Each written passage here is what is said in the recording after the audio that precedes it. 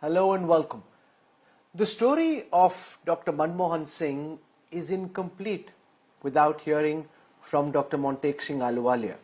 Many would think of him as a younger brother, a foster son, someone who was a very close confidant, both in a professional and in a personal capacity. I was hearing an old interview with Dr. Manmohan Singh where he spoke with great pride about bringing people like Dr. Montek Singh Ahluwalia out of what they were doing and infusing their energy and ideas into government service. So as we look back at the life and times of Dr. Manmohan Singh, I am delighted to be joined at this moment by somebody who knew the man personally and professionally better than virtually anybody else. It took a bit of convincing, but I'm delighted that Dr. Ahluwalia is now finally with us. Dr. Ahluwalia, at a time when you'd clearly be very emotional after having lost somebody you'd worked with, known so closely over the decades. So I want to thank you for taking out time and joining us. Oh, thank you for inviting me to your show. Dr. Ahluwalia, I want to start by asking you about your initiation with Dr. Manmohan Singh and how you got to know him, because I saw with great pride he narrated the story of how he plucked you out of what you were doing, brought you into government service. So what was it about the man? Because he seems to have been quite a talent magnet of sorts. Rakesh Mohan, yourself, the likes of Raghuram Rajan, so many others, leaving what they were doing, coming into government service. To explain, what was it about him, what was it that he was trying to do, which made you feel that, okay, I want to give up what I'm doing and join him and be a part of this?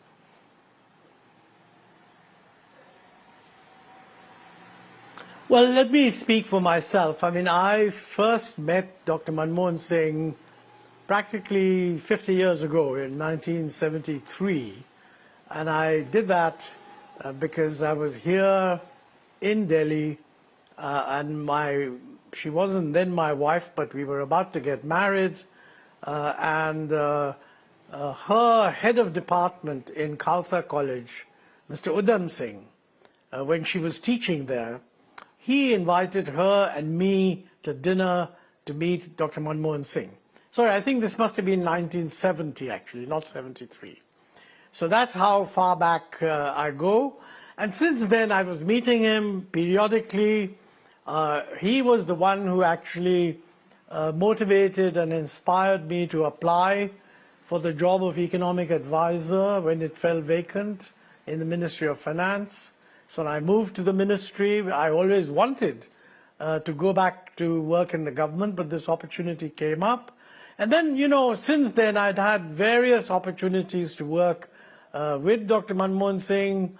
I was privileged that he included me in his core team in the finance ministry by bringing me there from commerce as Secretary of Finance. And later on, when he became Prime Minister, he asked me to join him as Deputy Chairman of the Planning Commission.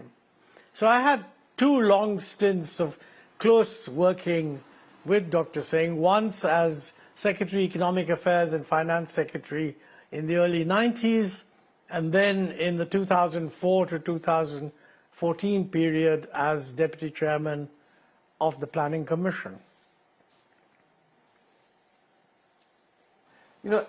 So much is said about the last few years of his tenure as Prime Minister. So instead of focusing on the negatives, and I'll come to that in terms of what went wrong a little later, I want to spend some time about what made this man remarkable. When he was Chief Economic Advisor, when he was Secretary in the government, when he was in the Planning Commission, when he was Governor of the RBI, give our viewers some insights into what, according to you, made Dr. Manmohan Singh special in terms of his economic abilities, his understanding of the technical nuances of macroeconomics, and his ability to implement ideas from the classroom in the real world.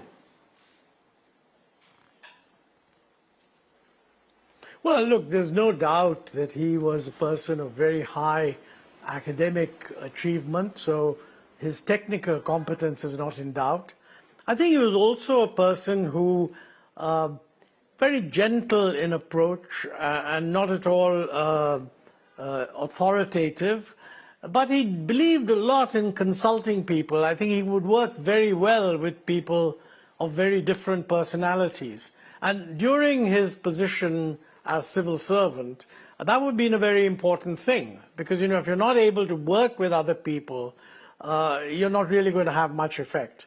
Now, when he was a civil servant, obviously, he was working within the constraints of the policy that existed then, but I'm pretty sure that whenever he got a chance, he was moving the policy in the right direction. And I think he also, he didn't just go with the tide. I recall on one occasion, I wasn't there, but he told me about it, and it's well known to those who are familiar, that in the 1970s, when there was a sharp rise in prices, early 70s, and there was a movement, there was a pressure from the Planning Commission that if you want to control inflation, maybe you want to nationalize the wheat trade. Because in those days, many economists thought that a rather simple way of controlling inflation is just to control price. And there was a meeting, he told me, where Mrs. Gandhi, as the Prime Minister, was presiding. She was very concerned about the high levels of inflation. And the Planning Commission people were saying that, look, the high level of inflation is really the high level of food prices, and we can bring this under control by nationalizing the wheat trade and thus keeping a lid on the wheat price. And Dr. Manmohan Singh disagreed with this quite rightly. And he took the view that, look, if you really want to bring down inflation, you have to apply tight monetary controls. And he recommended that, you should do that, stricter availability of money, reduce a few benefits here and there, tighten expenditure, and so on. And Mr. Gandhi asked him that, look, do you really think if I do this, which was very different from what the Planning Commission was saying. So she asked him, do you think if I do this, inflation will come down? And he said, absolutely, madam, within 1 year, inflation will be brought down. And so she was faced with two different choices. In economics, it's wrong to think that when you define a problem, there's only one way of achieving the result. You have to hear different views, and this was a classic case where one lot said impose price controls, and another person said that is not going to work, you have to tighten up money supply and reduce demand, aggregate demand. Well, she opted for the choice that he offered, and it's on record that a year later, prices were actually lower.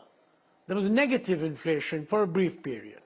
So, his advice was taken, and he was giving this advice against the view of more senior people in the Planning Commission. He was only chief economic advisor. And I think that actually gave Mrs. Gandhi a very high opinion of Dr. Singh as a technocrat. And I think it obviously led to his further advancement in subsequent years. So very early in the day, I think he was generally a very gentle person. He was always willing to work with others. He would take their different points of view. But I think he would put across what he had to say very firmly. It's not as if he just went with the tide because he's a civil servant. And of course, later on, when he became finance minister, that's when you can really judge effectiveness. I think when he was finance minister, he was faced with a crisis. I think it's to the credit of Mr. Narasimha Rao that he picked him. Given that he was made the finance minister, he worked out with Mr. Narasimha Rao that, look, it's going to take a lot of tough actions if you're really going to bring this crisis under control. And I think he was basically saying to the finance prime minister that, look, you have to back me, otherwise it won't work. And one of the first things there was devaluing the rupee. The crisis was such that any sensible economist at that time would have said, you should devalue the rupee. But there was very strong resistance to devaluing the rupee. For some odd reason, not just in India. People are very reluctant to see a weakening in the currency. So he persuaded the prime minister to devalue the rupee. The prime minister insisted that we should do it in 2 steps so that we test the market, as it were. Dr. Singh agreed because that's what the Prime Minister wanted. But then they went ahead and quickly did it in 2 steps and introduced many other reforms to bring the fiscal situation under control. You know, I think let's spend a moment talking about that first flush of liberalization. Those must have been very heady days. You know, completely reversing protectionist industrial policies, opening up India to foreign investment, reducing trade tariffs. We've seen what happened in terms of policy, but give us some personal anecdotes about, you know, that pivotal moment in India's economic history when you move out of the protectionist way, the protectionist socialist way, and embrace a new form of governance, a new form of doing business, which also saw some resistance from the Bombay Club, India Inc., initially very resistant to what Dr. Singh, you and Narasimha Rao were trying to do at that time. Well, let me tell you 1 or 2 instances. I've talked about this in my book, Backstage, so those of your readers or viewers who want a more detailed account can look at that. But, you know, when Mr. Narasimha Rao was about to be sworn in, I think the Cabinet Secretary, Naresh Chandra, had told him that, look, the economic situation is pretty desperate. So even before they were sworn in, Mr. Narasimha Rao called a group of people, a group of secretaries together to brief him on the situation. We found that Dr. Manmohan Singh was also included. We weren't sure exactly what role he was going to be playing at that time, but we briefed him. And at one time, he said that, look, I will have to address the public after after the swearing in is over, and he wanted a draft. And he himself said that, look, I realize that it's very complex. And then he said to Dr. Manmohan Singh that, Manmohan, you go along to your office in North Block and work on a speech draft for me. So that's the first time that I got a sense that maybe Dr. Manmohan Singh is going to be the finance minister. I mean, I was then Commerce Secretary, but there were finance secretaries were also there. Now, you know, one of the most important things that they had to do was the devaluation. And they did it in 2 steps, as I said. Now, the first step was a surprise to people. And, you know, you got both kinds of reaction. I mean, the left was very critical of the devaluation because the left believed that the way you handle an exchange crisis is by imposing controls on exports. Just as I said earlier, the way you handle high wheat prices is by nationalizing the wheat trade. Here the belief was that by controlling imports, you can control the balance of payment. That's completely wrong.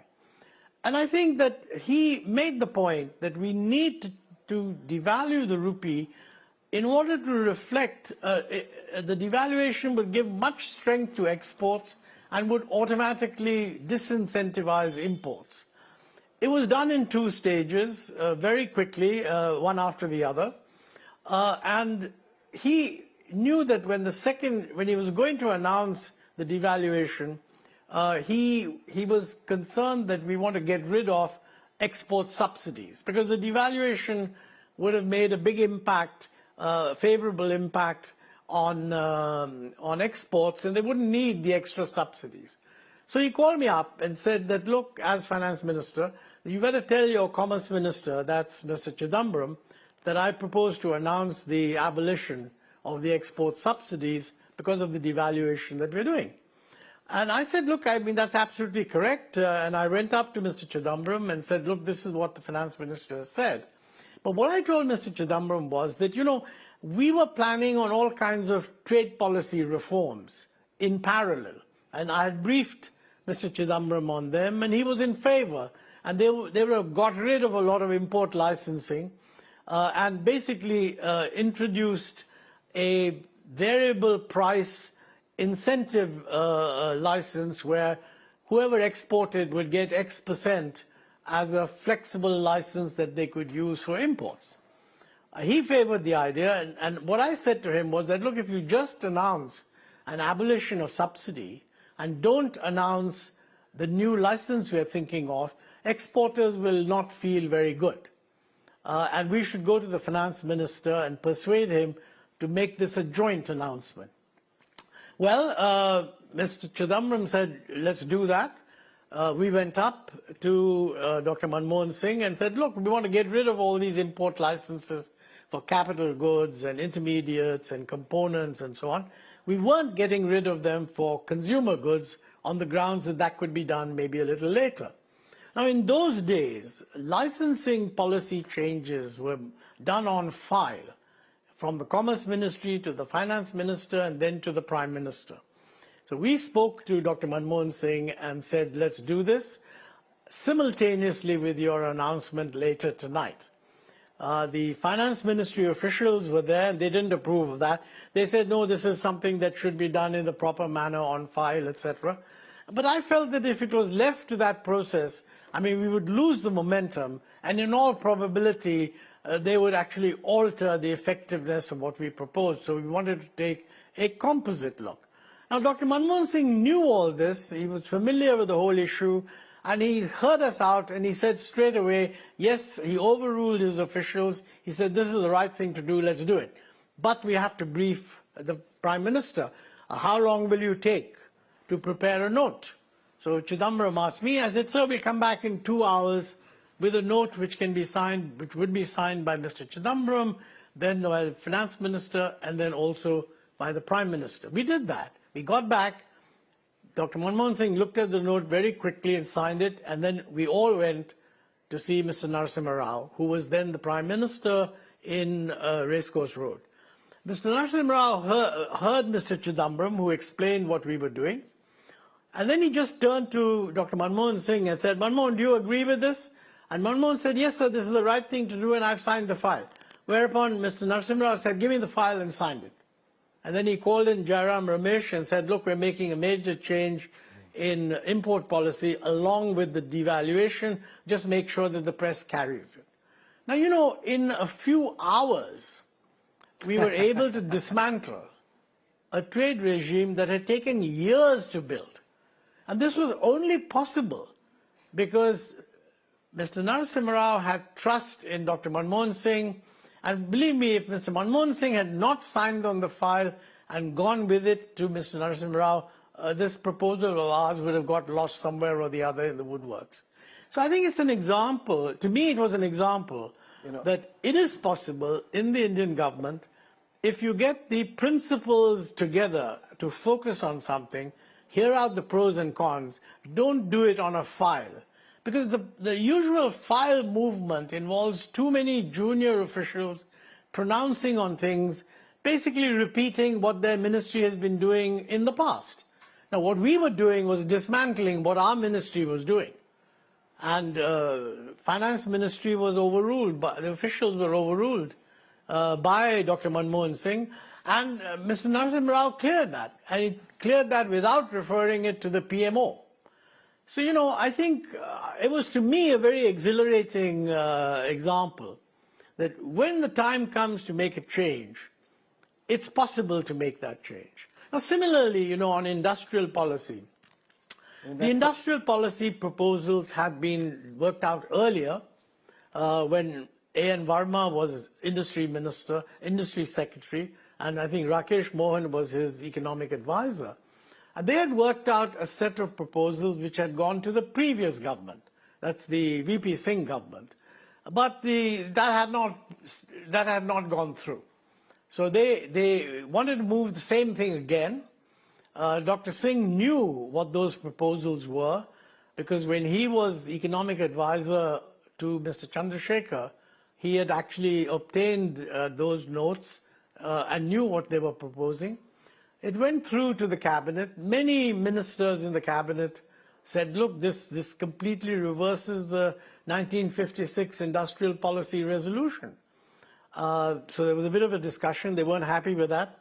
And, you know, fortunately, Jairam Ramesh was asked that, look, why don't you discuss with Chidambaram and with Manmohan Singh and come up with a redraft? Well, what Jairam did was very interesting, because Jairam only redrafted the preamble. And what he redrafted was that we had the 1956 Industrial Policy Resolution. Then, you know, as times changed, we had different variants of it, 2 or 3 other resolutions. And now the times have changed. We're making a further change. And this is actually continuity with change. The essentials of the thing remain the same, etc. I mean, this was just the preamble. The substance of what was being done was absolutely unchanged. So it's interesting that the then cabinet felt that putting this in a preamble sort of sanctified the very basic changes that were being made. And I mean, they were in fact quite fundamental changes. In fact, the industrial policy change and the trade policy change should be seen as taken together. If you had delicensed industrial investment, but not delicensed imports, it would have been quite useless, because whoever got the industrial license would promptly have applied for import licensing, and then the import licensing would have held them up. So I think this was a good example of coordinated movement with different ministries which could otherwise, if they acted in an uncoordinated manner, might not have reached a satisfactory result. So these are some of the examples that I can throw. I can throw It's up so many fascinating others. that you tell the story the way that you do, because as a student of contemporary Indian politics, we talk a lot about Big Bang economic reform, and over the past few minutes you just narrated some massive, hugely Big Bang economic reform, and how some of those most instrumental drafts in India's modern economic history were put together just in a couple of hours, and how just a few people being aligned in the right direction helped push them through. Whereas now we have, like, as you said, lots of files, lots of notings, lots of effort to try and bring that reform, and then a massive pushback which derails the reforms. You know, some of Dr. Singh's critics in opposition said that he was an underrated politician but an overrated economist. How do you respond to both those charges? Well, I think it's completely wrong to say that he was overrated as an economist, because it depends on what you mean, what's your definition of an economist. If you mean by an economist someone who should be constantly publishing in technical journals, well, he had his run of publications when he was young, but he wasn't doing that. But as a practical economist, the idea that he was overrated is totally wrong, because he was what I would call an econocrat, and he combined a lot of academic experience, high-quality academic experience, with, you know, about 20 years of civil service experience in India and a few years of experience in international organizations. So it was quite unique that way, and I would say that I don't think there were too many people in the world who had that degree of qualification to do an economist's job in government. And you know, that's after all, President Obama, when he said, when Prime Minister Singh speaks, the world listens, I mean, that's a reflection also of the quality of the points that he makes in international economic matters. No, as a politician, you know, he was not an electoral politician. I mean, he stood for elections only once in New Delhi and didn't win. But if you define politician as managing a political system, then I think throughout the period as finance minister, he had to manage a very difficult political situation, including, you know, handling the JPC on the Harshad Mehta scam when Parliament was very excited about what was happening. And to keep pushing the reforms while all this is going on did require political skill. I think perhaps the area where his balancing off of different political forces is most sharply brought out was in the negotiations relating to what was called the Indo-US nuclear deal. Now, you know, this was wrongly, I think, called an Indo-US nuclear deal. I mean, the deal was essentially one in which the United States offered to help us get rid of restrictions imposed on us because we were not willing to sign the Nuclear Non-Proliferation Treaty. I mean, that was a red line, that India will not sign the Nuclear Non-Proliferation Treaty because it was an unequal treaty. I mean, it gave privileges to 5 countries and kept everyone else out. We felt that was technically wrong. Now, unlike some countries that develop nuclear capability by stealing secrets and that sort of thing, India did it all by herself. So by developing nuclear capability, we didn't violate any international law. But somehow the international community, because we didn't sign the Nuclear Non-Proliferation Treaty before we actually had the capability, they would impose a lot of technical restrictions. And for example, India could not import uranium for our nuclear reactors because we had not signed the NPT. And this NPT was therefore, at least Dr. Manmohan Singh always called it, a kind of technological apartheid. So when the US indicated a willingness to help India get out of this thing by getting an exemption from the, the Nuclear Suppliers Group, the NSG, that was part of the Indo-US nuclear deal. I mean, the Indo-US nuclear deal allowed the US to collaborate with India, but one of the conditions of the US collaborating with India was that the Nuclear Suppliers Group would clear India for all kinds of transfers of technology, even though India was not a member of the NPT. In getting that clearance, the US was very helpful, and I think without the US's help, we would not have succeeded. Dr. Singh was very aware that this would actually open up for us over time many areas of techno-military collaboration. Now, these happened after his term was over. You know, a lot of what you've seen now between India and the United States, military collaboration, technical collaboration, joint production, technology transfer, none of this would have been possible if we had not got the NSG clearance. And therefore, the Indo-US nuclear deal is really something which obtained for India an NSG clearance. You know, a lot of people said that, look, you know, we didn't actually, in the end, we didn't actually bring in any American reactors. That's fine. But what we gained was that we gained access to nuclear fuel. And at that time, if we had not obtained access to nuclear fuel, our nuclear reactors, our existing nuclear reactors, would have had to run down in terms of capacity utilization. So the deal was helpful for us also in the short run. Of course, in the longer run, it opened up lots more areas of collaboration. Now, in order to get this, very interesting, there was lots of opposition. There was opposition within the Congress party because they were not kind of very comfortable with doing a deal with the United States. There was virulent opposition from the left, and other parties also were a little doubtful.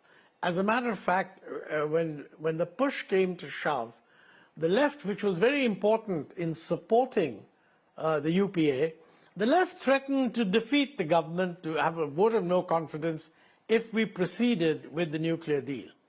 So initially, Dr. Singh tried to persuade a lot of people, different political parties. In the end, he called their bluff. And in that, he had the support of Mrs. Gandhi, because without her support, he would not have been able to do it. He called their bluff and said, look, we'll have a vote of no confidence, and if you want to vote against us, go ahead and do so. But he was able to get the Samajwadi Party, Manmohan Singh ji, to come in and support the government. The government, the new Indo-US nuclear deal, the NSG clearance, and all of this actually survived because the Samajwadi Party came in. And to get the Samajwadi Party, he had to get President Kalam, APG Kalam, to intervene with Manmohan Singh ji to tell him that, look, this is good for the country. So I call that a very, very, very effective functioning as a politician. I think more generally, you know, to run a coalition I'm running out of time, Dr. Ahluwalia, in this interaction. But before I end, I want to spend some time talking about some of the criticism that Dr. Singh faced over not pushing back hard enough when things were happening on his watch, particularly in the second term, which he knew were wrong. You know, all the charges of corruption, the policy paralysis. Yes, by then his health had taken a bit of a hit. Sonia Gandhi ji's health had taken a hit as well. But just the fact that he was still at the helm and yet didn't seem to be in charge. So somebody who knew him so well, give us a ringside account of what was happening in his mind, in his heart at that time, where he could, I mean, given how sharp and bright he was, he could clearly see that things were going out of his control, and somehow he seemed unable to fix that. And unlike when he was finance minister, when he offered to resign, here he kind of ambles along, and towards the end really leaves the government, not looking very bright.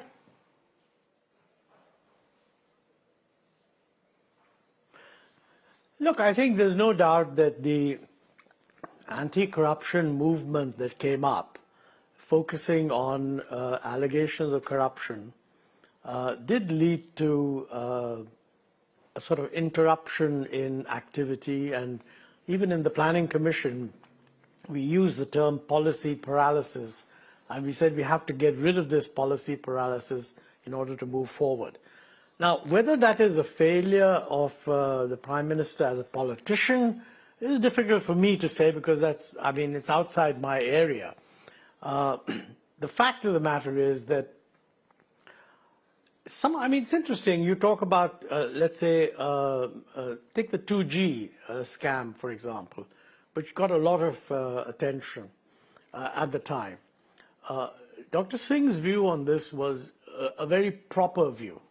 His view was that, look, the law will take its course, and as a matter of fact, the minister concerned resigned and was charged, and the court went into it at great length. And what nobody seems to remember is that at the end of the whole process, the CBI court actually said that they found no evidence before it proving the charges. And this decision was did not come, I think, during the period of the UPA. The trial went on until afterwards. So Mr. Raja was actually cleared by the court on the grounds that there's really no evidence. Now, that's not to say, by the way, you can have a difference of opinion on whether you should have allocated spectrum one way or allocated it the other way. And that's always a possibility. But the important point here was that you needed to find evidence that there was corruption involved. And that, I'm afraid, the court categorically said that they didn't find any evidence. Now, if you're going to let the law take its course, the logic of that approach is that everyone else should accept that the law taking its course means that if the courts have been put onto the job, then you wait for their results. But the way politics function, that was not the case. It almost as if the allegation itself is a proof of guilt, and that you must do something about it. Well, he did something about it. He managed to persuade the DMK to let the minister resign, and some other minister came in his place. So, look, the last 3 years, or maybe 2.5 years of the UPA showed slippage. But nevertheless, if you take the average of those 10 years, India's growth rate in that 10-year period was higher than in any 10-year period before or after, including the slippage. Furthermore, the big concern of the government always was that growth is there in order to bring down poverty. This has always been a concern, actually, of all governments, but the UPA was particularly concerned that poverty should be going down. We called it inclusive growth. Now, the fact is that it was in that period, for the first time ever, that the absolute number of people below the poverty line decreased by some 180 million people or something like that. Now, there's no doubt that the last 3 years there were problems. I personally think we should have had a political system that is mature and handles these problems without sort of causing government to get interrupted in its normal course. And I think that's something that we need to learn in future. The whole issue that when something comes up and there's an allegation, you look into it, but you don't sort of use that as an opportunity to sort of stop everything. That's something we have to learn. One of the things that Manmohan Singh said is that history would judge me more kindly than the contemporary reportage about my government. Over the past 48 hours, we've seen a deluge of appreciation for the work that Dr. Singh did as a public servant. In the pantheon of Indian Prime Ministers, from the time of Jawaharlal Nehru, Indira Gandhi, Rajiv Gandhi, Narasimha Rao, Atal Bihari Vajpayee, Prime Minister Narendra Modi, how do you think history would remember Manmohan Singh? As somebody who worked with him so closely, how would you like him to be remembered, and how do you think history is likely to remember him? Well, when you say remember, to my mind, Manmohan Singh's legacy kind of begins actually with him as finance minister. I mean, he had a very distinguished career as a civil servant, but that's good. That's not terribly important. Begins with him as being the architect of the economic reforms of '91. Test number one of these economic reforms is that were they during that period, did they go beyond crisis management to deal with basic structural changes? The answer is clearly they did. My personal view, and I've expressed it in my book, is that we should have been able to do it faster. But there again, our politics came into play. I mean, Mr. Narasimha Rao, after the collapse of the Babri Masjid, was politically quite weakened. And really, the government wasn't in a position to take too many strong actions. And for example, liberalization of insurance, which was very much on the cards, got delayed because politics made it difficult to implement. So we start off with the reforms. Test number two, did these reforms continue? I think they did, and that is both to the credit of the designer of the reforms and the building up of opinion, and to the credit of subsequent governments. I mean, after all, the Narasimha Rao government was replaced by the United Front government, which was led initially by Deve Gowda and then by Inder Gujral. That government had as one of its constituents the Communist Party, the CPI, not normally associated with liberalization, etc., etc. But that government continued the thrust of the previous government in terms of liberalization, in terms of opening up, in terms of reducing customs duties, etc. That government was then replaced by the Vajpayee government. Now, the Vajpayee government, the BJP was generally felt to be pro-private sector, but usually felt to be not very pro-foreign investment, not very pro-opening up to foreign trade. But I think it's to Mr. Vajpayee's credit that he also continued the reforms. If you look at the major areas we are talking about, there was continuity in the Vajpayee government also in the reforms that started. Now, a lot of credit goes to Mr. Vajpayee for that, but credit also goes to those who designed the initial reforms and the public opinion that they built up. They were then followed by the UPA.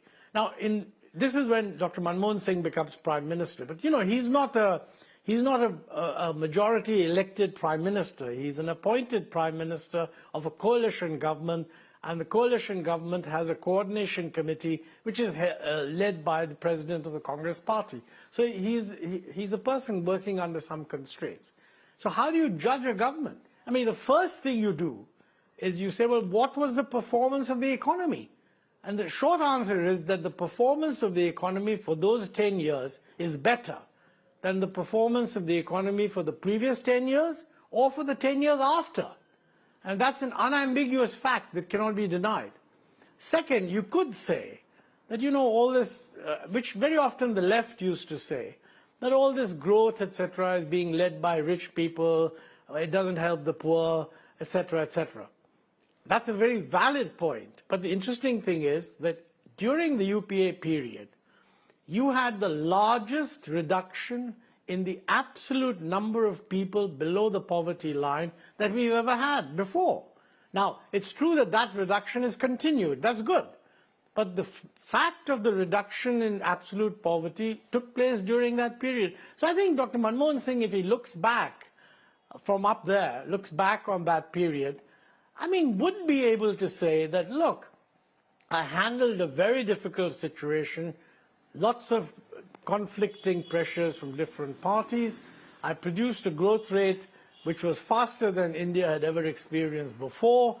I managed to reduce poverty better than anyone had done before, and in foreign policy, I have this big breakthrough, which is the Nuclear Suppliers Group Agreement because of the Indo-US nuclear deal, and created a space which enabled India-US partnership to strengthen. Now, Vajpayee had been doing just that, because the whole India-US, the change in attitudes towards the US was initiated during Vajpayee's time.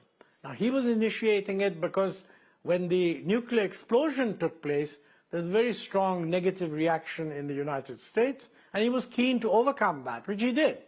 Now, Manmohan Singh took that further and made it into a much closer, tighter strategic relationship. That has been continued since then. We're going to have a new government in the United States very soon.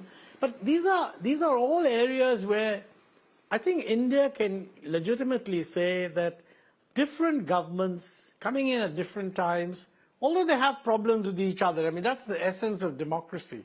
I mean, different political parties will have different views.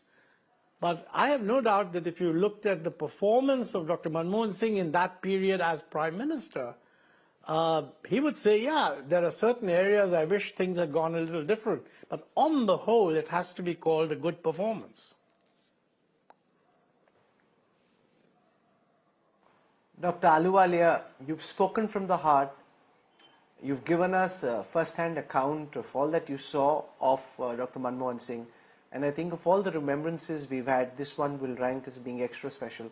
So for taking out time and joining us, I want to thank you.